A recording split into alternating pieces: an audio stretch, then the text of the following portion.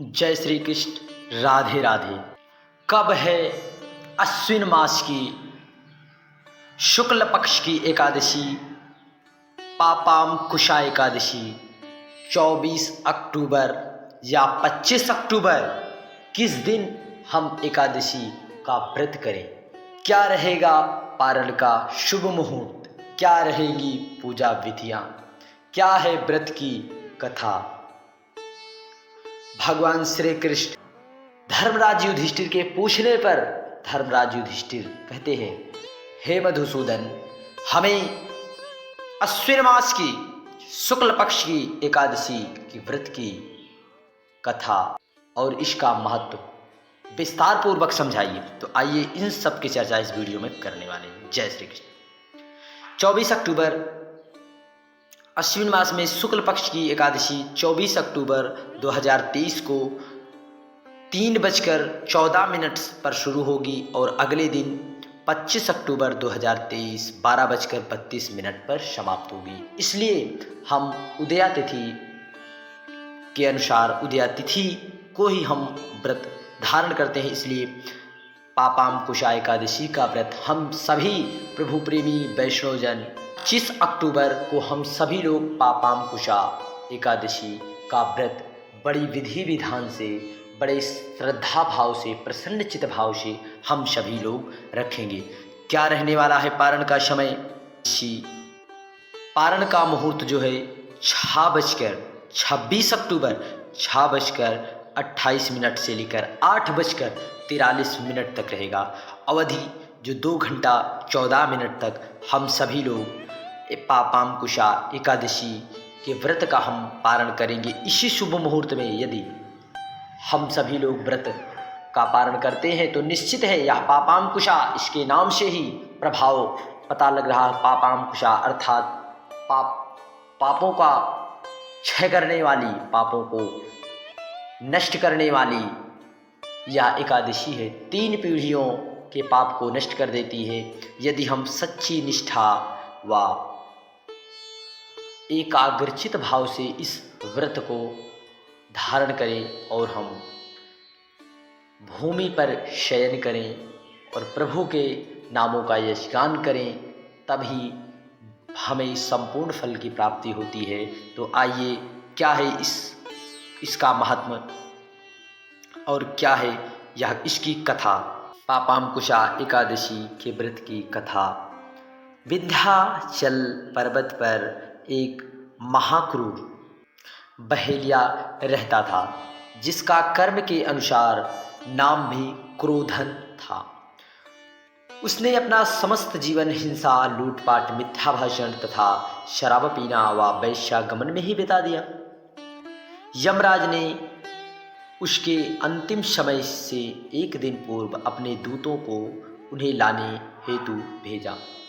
दूतों ने क्रोधन को बताया कि कल तुम्हारा अंतिम समय है, हम तुम्हें लेने आए हैं। मृत्यु के डर से क्रोधन महर्षि अंगिरा के आश्रम में त्राहिमाम करते हुए पहुंच गया। अपने ऋषि से अपनी रक्षा हेतु बहुत अनुनय विनय पूर्वक प्रार्थना की। ऋषि ने उस पर दया आ गई और ऋषि ने उसे अश्विन शुक्ल पक्ष की एकादशी का व्रत भगवान श्री हरि विष्णु के पूजन का विधान बताया। संयोग से उस दिन भी एकादशी ही थी। क्रोधन ने ऋषि के द्वारा बताए गए एकादशी का विधिवत व्रत एवं पूजन हुआ। भगवान की कृपा से वह विष्णु लोक को गया, उधर यमदूत हाथ मलते ही रह गए। इस दिन हमें भगवान श्री कृष्ण के भगवान श्री हरि को प्रसन्न करने के लिए ओम नमो भगवते वासुदेवाय श्री कृष्ण मंडम हंसनतम प्रभाय वासुदेव सुतम देवम कृष्ण मंत्र श्री राधा कृष्णाष्टकम श्री कृष्ण जयंती निर्मल श्री कृष्णम शरणम मम श्री कृष्णम मंत्र का हम सभी लोग को जाप करना चाहिए बड़े ही प्रसन्नचित भाव से। स्वयं भगवान श्री कृष्ण ने धर्मराज युधिष्ठिर को पापाम कुशा का एकादशी का महत्व बताया। भगवान श्री कृष्ण ने कहा, यह एकादशी पाप का निरोध करने वाली अर्थात पाप कर्मों से रक्षा करने वाली इस एकादशी के व्रत से मनुष्य को अर्थ धर्म की प्राप्ति होती है।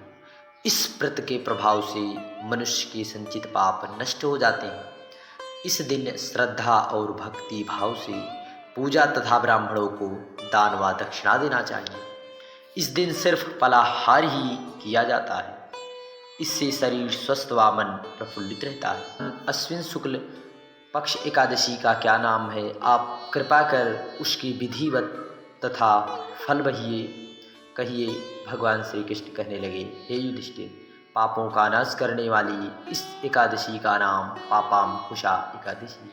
हे राजन, इस दिन मनुष्य को विधिपूर्वक भगवान पद्मनाभ की पूजा करनी चाहिए।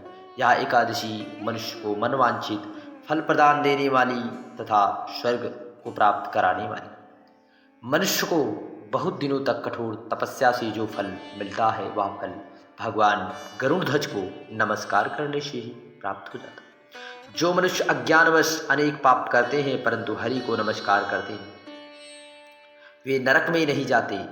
विष्णु के नाम के कीर्तन मात्र से ही संसार के सब तीर्थों के पुण्यों का फल मिल जाता है। जो मनुष्य सारंगधारी धनुर्धारी भगवान श्री हरि विष्णु की शरण में जाते हैं, उन्हें कभी यम की यातनाएं नहीं भोगनी पड़ती। जो मनुष्य वैष्णव होकर शिव की और शैव होकर विष्णु की निंदा करते हैं, वे अवश्य नरकवासी होते हैं।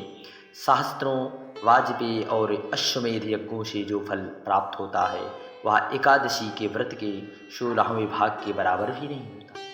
संसार में एकादशी के बराबर कोई पुण्य नहीं है। इसके बराबर पवित्र तीनों लोकों में कुछ भी नहीं है। इस एकादशी के बराबर कोई व्रत नहीं। जब तक मनुष्य पद्मनाभ की एकादशी का व्रत नहीं करते, तब तक उनकी देह में पाप वास करते हैं। हे राजेंद्र, यह एकादशी स्वर्ग, मोक्ष, आरोग्यता, सुंदर स्त्री, अन्न और धन की सुख देने वाला एकादशी के बराबर गंगा, गया, काशी, कुरुक्षेत्र और पुष्कर भी पुण्यवान नहीं। हरिवासर तथा एकादशी का व्रत करते हैं, जागरण करने से सहज ही मनुष्य विष्णु पद को प्राप्त होता है। हे युधिष्ठिर, इस व्रत को करने वाले 10 पीढ़ी मातृपक्ष, 10 पीढ़ी पितृपक्ष, 10 पीढ़ी स्त्री तथा 10 पीढ़ी मित्र पक्ष का उद्धार कर देते हैं। वे दैव्य देह धारण कर चतुर्भुज रूप को पीतांबर पहने, हाथ में माला, गरुड़ पर सवार होकर चढ़कर विष्णु लोक हो जाते हैं। हे नृपोत्तम, बाल्यावस्था, युवावस्था और वृद्धावस्था में इस व्रत को करने से पापी मनुष्य भी दुर्गति को ना होकर सद्गति को प्राप्त होता है। अश्विन मास की शुक्ल पक्ष की पापांकुशा एकादशी का व्रत जो मनुष्य करते हैं, वे अंत में हरिलोक को जाते हैं। सोना, तिल, भूमि, गऊ, अन्न, जल, छतरी तथा जूती दान करने से मनुष्य यमराज को नहीं देखता।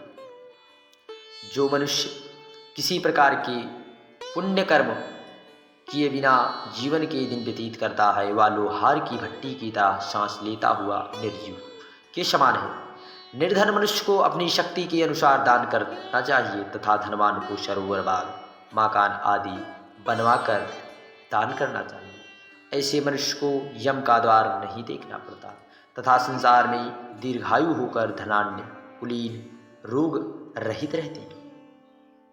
भगवान श्री कृष्ण ने कहा, हे राजन, जो आपने मुझसे पूछा हवा हमने आपको विस्तार पूर्वक बदलाया। अब आपको और क्या सुनने की इच्छा है? जय श्री कृष्ण, राधे राधे।